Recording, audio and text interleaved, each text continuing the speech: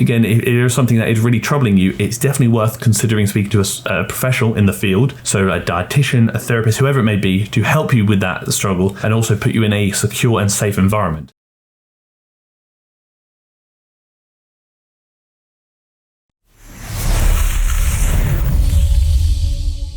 Second video, back in front of the old machine, because again, I'm not in the gym training as I should be. Obviously I have trained, but I just haven't recorded it because I think Ryder's hiding from me and it's breaking my heart. We're doing something I haven't done for a while because I said this would be in the gym video, but because it's not, I don't want to make like a typical video I normally do because I want to do something different for this video regardless. So we're going to talk about YouTube Shorts. No one really likes YouTube Shorts right now. They were meant to be very cool, very popular, but they haven't stuck as well as we thought they would, but we're going to talk about them nonetheless. And a lot of these shorts have all obviously been repurposed for Instagram and TikTok because I have seen some of them on the TikTok machine. Therefore, technically it's kind of a TikTok video too. Expectation versus reality from Paryss. This is somebody who has been popping up a lot. I see her with Coach Greg occasionally, although I don't really watch his videos. And this is somebody who I've seen all over my TikTok as well. Don't let all the social media fool you. Posing versus unpose.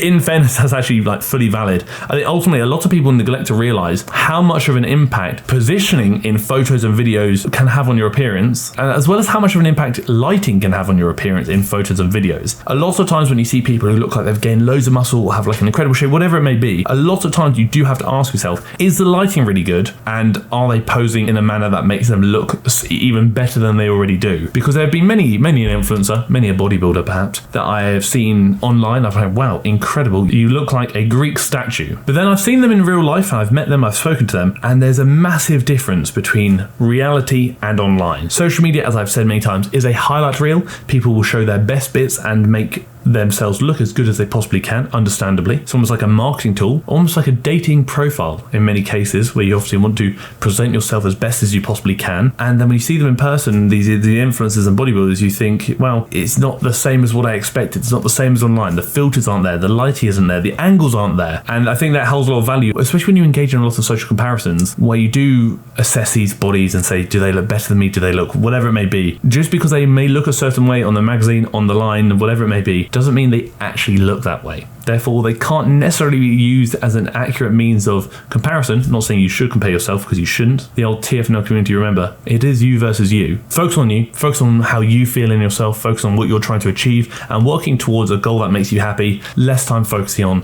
what other people look like on the line, because they probably don't actually look like that. That's what lean beef patty, you're worth more than that. What am I worth more than? Dang, I gained weight. Now my fave pants don't fit. So why let that determine your happiness? Buy new pants. I think oftentimes a lot of us place a lot of value and importance on how certain items of clothing fit. Like if they may be fitting as more loosely, does that mean we've regressed? We aren't as good as we used to be. We aren't achieving what we wanted to achieve, etc., etc. None of the above, I'm sure. And the reality is, it doesn't matter if they don't fit how they used to fit. Your body is changing. Just because they're tighter doesn't mean you've gained loads of fat or anything like that. You may have gained muscle. They may have shrunk in the wash. There are other things to consider. You can replace clothing pretty easily, and you shouldn't let something that is so easy to replace have so much of an impact and influence on your happiness. It is simply material that you are almost allowing to allow you to feel a certain way. The material that you are allowing to encourage you to feel a certain way, be that positive or negative. Are you closer to your goals than you were last week, last month, last year? Yes or no? If the answer is yes, fantastic, you're doing a great job.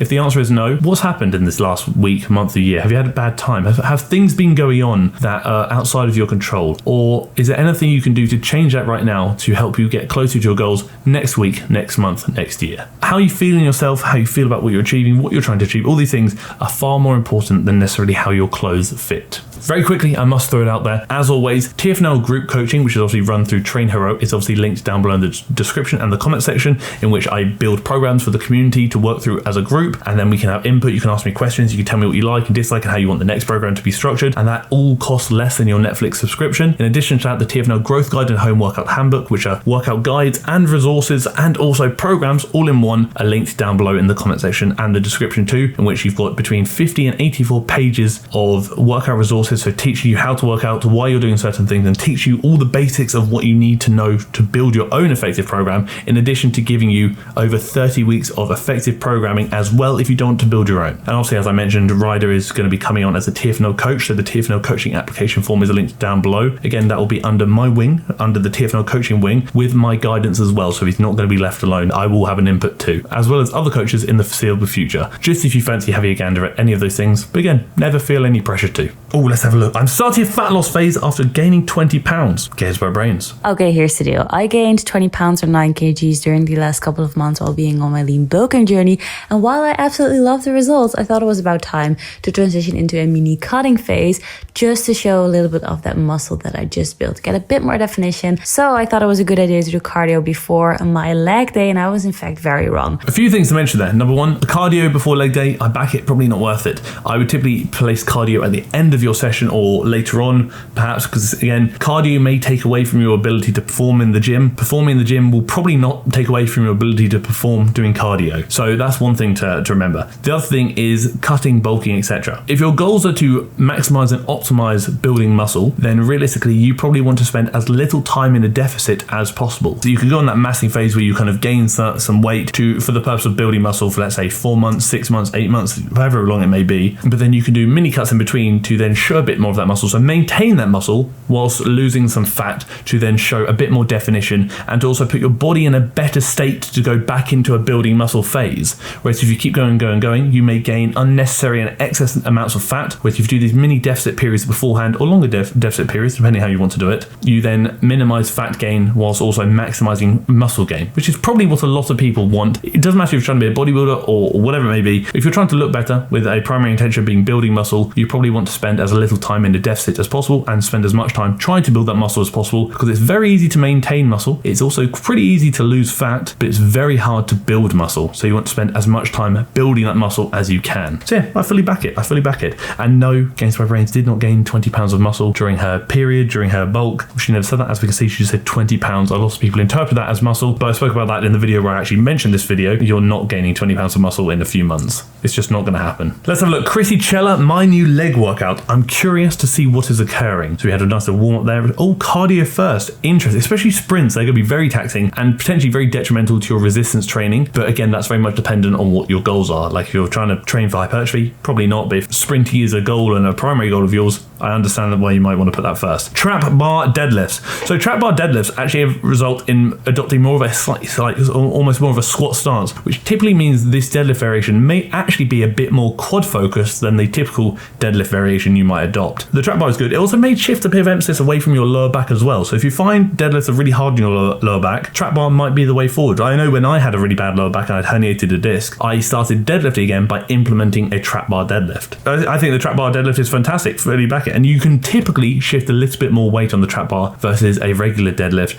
depending on the stance and all sorts. A squat back it, I would probably I'd probably squat before the trap bar deadlift myself. It looks like a tempo squat variation perhaps, which is very good for technique, but for the sake of building muscle, time under tension is not really something you're striving to achieve. Good technique and solid intensity is probably what you're trying to achieve more. A dumbbell RDL, fantastic for the glutes and hamstrings. Would I dumbbell RDL as well as trap bar deadlift? Probably not, because I think 2 deadlift variations in one day is a bit excessive, and a lot of people may really struggle with their lower back, especially with the squat variation in there. I know myself, I could not do all 3. This is an interesting variation. It's like a side-on landmine lunge with a kick. I get it, I understand it. Is it something I would do myself? Probably not, but it depends why she's doing it. Is she do it for the sake of being more functional, maybe sport specific, maybe more of a place, understandable. If it's for the sake of building muscle, probably stick to a regular lunge variation or something similar perhaps, or a different type of lunge variation that might be a little bit more stable personally. Flip it round, obviously this is kind of going from my goals and my intention of building muscle, with Krissy's goals being a bit more track focused and performance focused.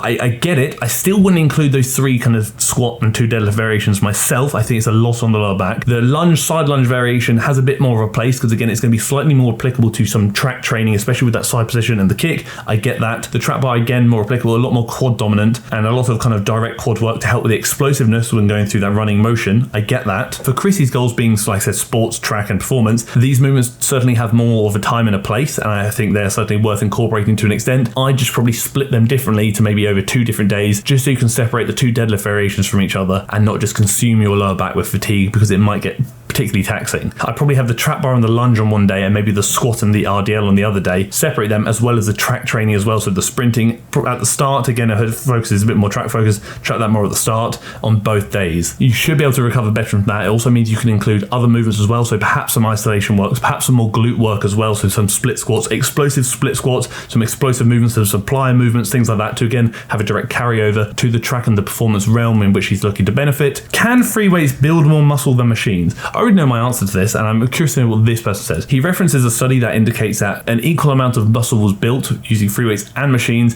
The only difference was strength. You're going to recruit more stabilizing muscles, and there are more potential muscles that could fail when utilizing free weights versus machines. Machines are built kind of purely to place as much emphasis on the target musculature as possible, thus indicating they may actually be better for building muscle due to the fact that they are more stable, and a more stable movement is typically going to be a better movement for hypertrophy, so building muscle. A less stable movement is probably not going to be as good for building muscle, because rather than actually working the muscles you're looking to work, you're focusing and worrying so much about stability, or whether that stability is either going to take away from those target muscles or take away from your ability to take those muscles to failure effectively. If you want to get a stronger bench press, you should probably bench press. If you want to get a bigger chest, although a bench press is certainly a good option, you may get better results using a more stable option, such as a machine that takes you through a similar range of motion with less stability required, thus less factors potentially holding you back. Again, is there a right or wrong? No, it's just in theory, it's just how my brain works and how my brain sees it is more stability is better for building muscle, but free weights and machines both do have a time and a place. That was interesting. No, some good stuff, some interesting stuff. I like it, I respect it, I back it. But now we're very quickly going to talk about comment question of the week. If you were hypothetically going to talk to someone about something troubling, like relationship with food perhaps, where would you do it? What setting brings you the greatest measure of peace? Again, in that sense, I'd probably speak to a professional, in which case a therapy setting would probably bring me the greatest measure of peace. Again, if there is something that is really troubling you, it's definitely worth considering speaking to a professional in the field, so a dietitian, a therapist, whoever it may be, to help you with that struggle and also put you in a secure and safe environment. If you're looking at doing so with a friend, perhaps because you want to just initially get something off your chest, I would typically do that wherever you can in a safe environment. So for me, typically, it might even be at the gym, perhaps if it's not too busy, or maybe even go for a nice walk with a friend and say, do you mind if we go for a walk and have a talk? Get in the open world, get some fresh air, see some greenery, and put yourself in a relaxed state to then have that potentially difficult discussion. But that's a good question. That's a different question. I like that and I respect that. That is it. That is the video. Thank you for tolerating me. Thank you for tolerating something that you've probably tolerated that I've done. And thank you for tolerating the video.